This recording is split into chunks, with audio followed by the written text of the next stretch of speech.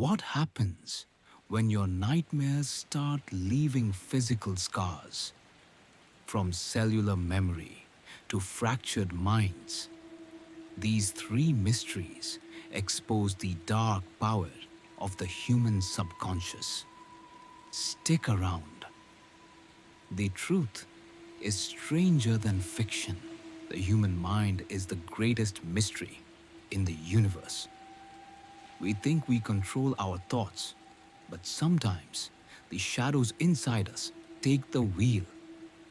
I want to tell you about three distinct cases from the files of a brilliant man. Let's call him the Professor. He wasn't a detective of crimes, but a detective of the subconscious. A man who used logic to shine a light into the darkest corners of human fear.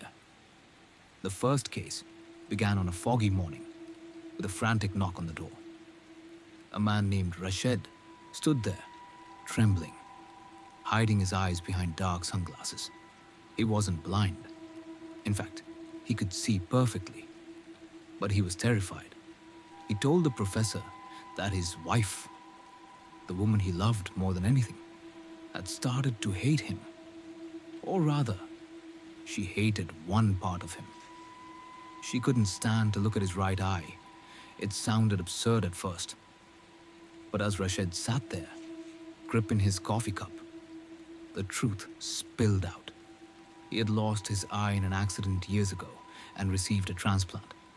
The surgery was a success, but ever since, whenever his wife looked into that new eye, she screamed. She saw something cold, something evil. She claimed that when he slept, that single eye remained open, watching her with a malice that didn't belong to her husband. The professor dug deeper, past the superstition, and found the medical records. The donor of that eye wasn't just anyone. He was a convicted murderer, a man executed for unspeakable crimes. Rashid's wife didn't know this fact, yet her intuition was screaming. It raises a terrifying question. Do our cells hold memories? Was the murderer's rage still living inside that transplanted cornea?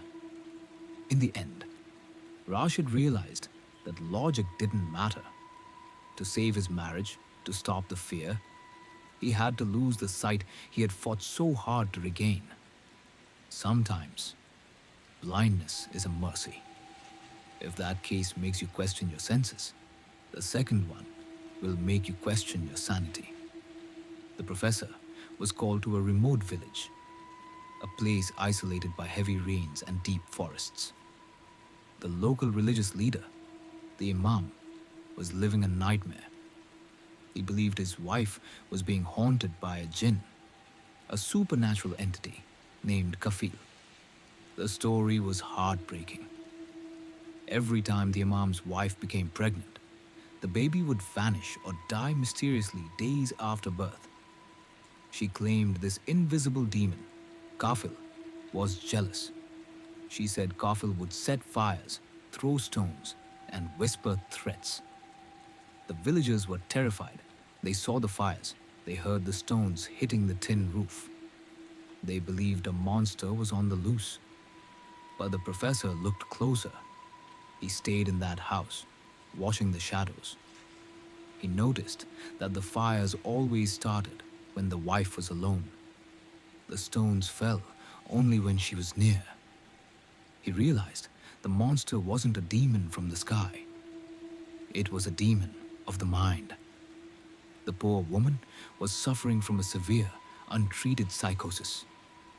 The trauma of her life, the pressure, the isolation, it had fractured her reality.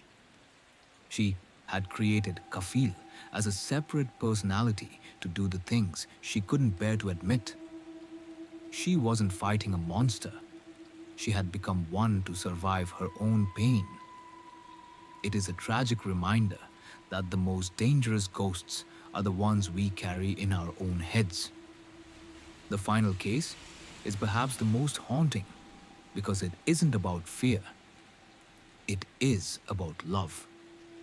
A young man named Lockman came to the professor with a limp. When he took off his shoes, his feet were covered in deep, fresh cuts, as if he had been running on broken glass. But Lokman hadn't been running, he had been sleeping. He explained that for the past month, he had the same recurring dream. In the dream, he meets a beautiful girl in a vast open field. She is terrified, running from invisible, shapeless beasts. To save her, he grabs her hand and they run together. But the field isn't grass, it is made of millions of razor sharp blades. In the dream, he feels the pain, he sees the blood, but he keeps running to save her. When he wakes up, the bed sheets are soaked in sweat and his feet are bleeding. Medical science calls this a psychosomatic reaction, where the mind's belief is so strong it creates physical wounds. The professor told him, "We can cure this. We can stop the dream using therapy. You will heal." But Lokman smiled a sad, strange smile. He shook his head. He refused the cure. He said, "If I stop the dream, who will save her? She is alone in that field. Even if she is just a dream, I love her." He chose the pain. He chose to bleed every night just to hold the hand of a girl who didn't exist.